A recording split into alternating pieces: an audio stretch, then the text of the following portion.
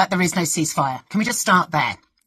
Since the start of the ceasefire, over 300 people have been murdered, many of whom, as always, are children. What possible excuse could Israel have for beginning airstrikes again? Well, apparently Hamas attacked them.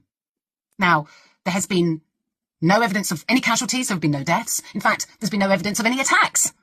But it's enough for Israel to say that there was, for them to go out and randomly bomb civilians, unarmed civilians. What do we hear internationally from governments all over the world? Do we hear any condemnation, any disgust? Do we hear any single government that is willing to confront Israel and say, you cannot do this. We will sanction you, and we will not do business with an entity that kills people indiscriminately and with impunity? Do we hear anything? No, nothing. Again, can you imagine if Hamas had attacked Israel, if there had been a single Israeli casualty? There would have been a furore. There would have been outrage. Who are the terrorists here?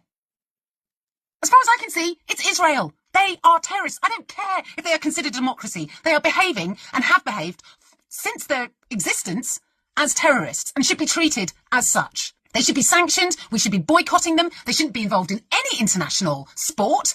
I don't even know why they're in the Eurovision. They're not a European country. Get the fuck out. So just thought I'd come on here to let you know that Israel are still killing Palestinians and absolutely nothing has changed, and they won't open the border and they won't flood Gaza with aid. It's up to organisations like mine and other grassroots organisations to fill the gap, to provide aid to people, because Israel won't let aid in.